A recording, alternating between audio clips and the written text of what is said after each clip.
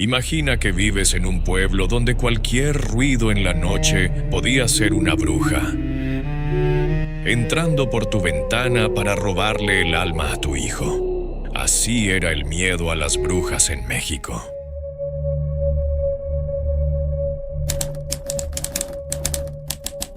En 1900, en muchos pueblos de México, la oscuridad era absoluta, apenas alumbrada por la luz temblorosa de un candil o la hoguera en la plaza. No había electricidad en la mayoría de las comunidades, y ese silencio de la noche, interrumpido solo por los grillos o el ladrido de algún perro, hacía que cualquier ruido extraño se convirtiera en motivo de alarma. Las creencias populares eran parte de la vida cotidiana. La gente no dudaba que las brujas existían y se hablaba de ellas con el mismo respeto y temor que a una tormenta o a una plaga. En aquel tiempo, la ciencia llegaba poco a poco, pero las supersticiones estaban arraigadas en la sangre del pueblo. Se decía que las brujas rondaban los jacales al caer la medianoche, que buscaban a los más vulnerables, los niños. Para muchos campesinos, perder un bebé no era solo cuestión de enfermedad o desnutrición, sino de un mal sobrenatural que se cernía sobre la familia. La iglesia jugaba un papel ambiguo. Mientras los sacerdotes pedían fe en Dios y en los santos protectores, no negaban del todo esas historias. Incluso recomendaban protegerse con agua bendita o cruces en las puertas. El miedo era tan real que más de una mujer sola, con carácter fuerte o costumbres diferentes, podía ser señalada como bruja, sin necesidad de prueba alguna. Así era la vida en 1900. Entre el trabajo duro del campo y las noches de incertidumbre, donde no solo se temía a los bandidos del camino, también a lo que podía volar sobre el techo de tu casa cuando todos dormían. En los pueblos de México hacia 1900, la figura de la bruja estaba tan viva como la de cualquier personaje real. Se decía que no eran simples mujeres, sino seres capaces de transformarse en animales nocturnos, como lechuzas o guajolotes, y aparecer en las ventanas con ojos rojos brillando en la penumbra. El rumor más aterrador era que podían convertirse en bolas de fuego, luces errantes que cruzaban el cielo y que, según los abuelos, no eran estrellas fugaces ni fuegos artificiales, sino brujas viajando en busca de su presa. La presa, por supuesto, eran los recién nacidos. La tradición oral repetía una y otra vez que las brujas tenían la capacidad de robar la energía de los recién nacidos y que al amanecer los niños despertaban sin fuerzas.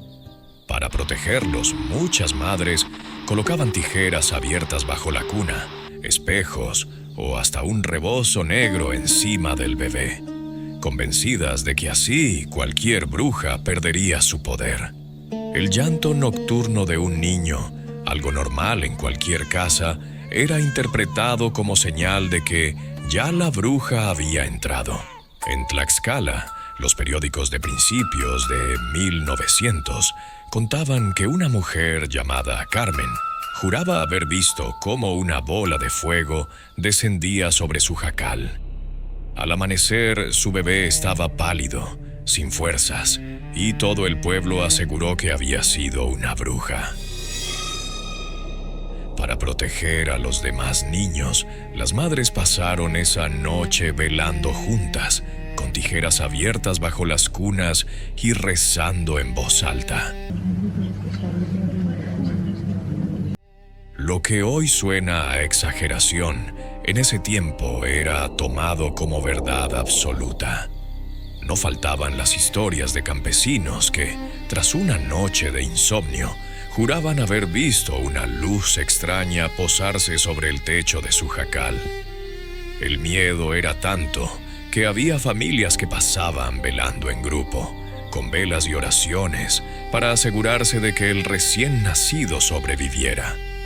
Y si algún niño enfermaba de repente, la explicación más sencilla era que una bruja ya le había chupado el alma.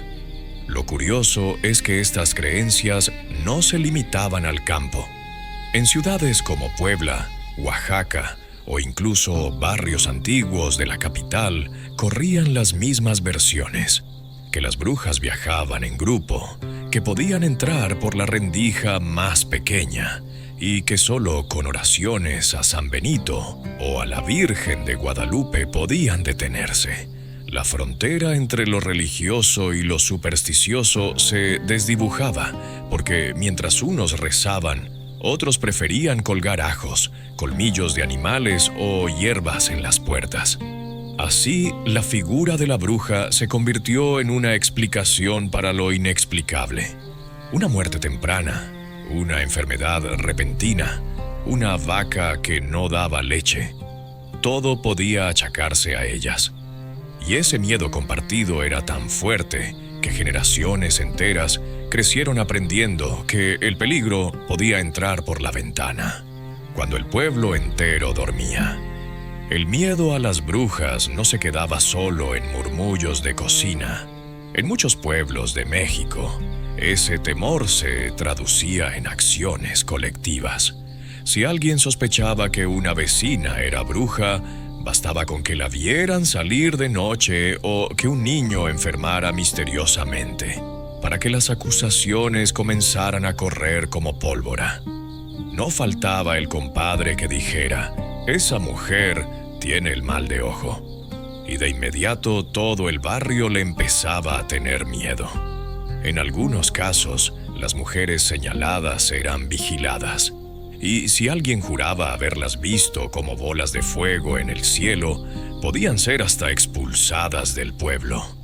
Hubo relatos en los que la gente tocaba campanas a medianoche para espantar a las brujas, mientras todos salían con antorchas, cohetes y hasta escopetas para disparar al aire, convencidos de que la luz que veían no era otra cosa más que una bruja rondando.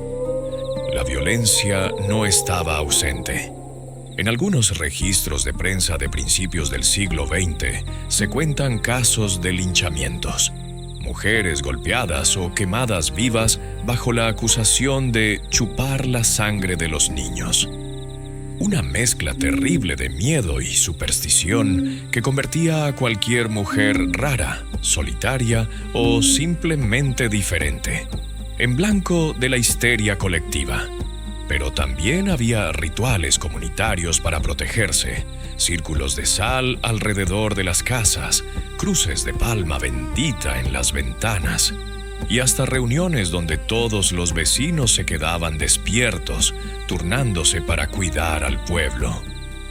Lo que hoy vemos como exageración, en ese entonces era cuestión de vida o muerte, porque de verdad creían que el mal podía llegar volando y posarse en su techo. Ese ambiente tenso hacía que la vida nocturna en los pueblos fuera silenciosa, con perros ladrando a lo lejos y la gente asegurando puertas y ventanas antes de dormir.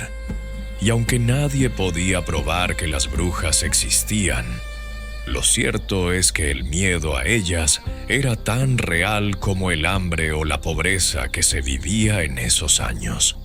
Con el paso de los años, las historias de brujas dejaron de ocupar las primeras planas de los periódicos, pero nunca desaparecieron del todo.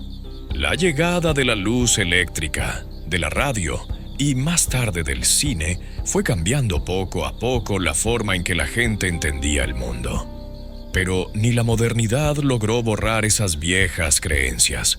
Incluso hoy, si preguntas en comunidades rurales, todavía escucharás relatos de la bruja que chupaba la sangre, o de aquel gallo negro encontrado muerto en la puerta de una casa. Las brujas se convirtieron en un eco de tiempos más duros, cuando el miedo servía como explicación para lo inexplicable y como advertencia para mantener un control social.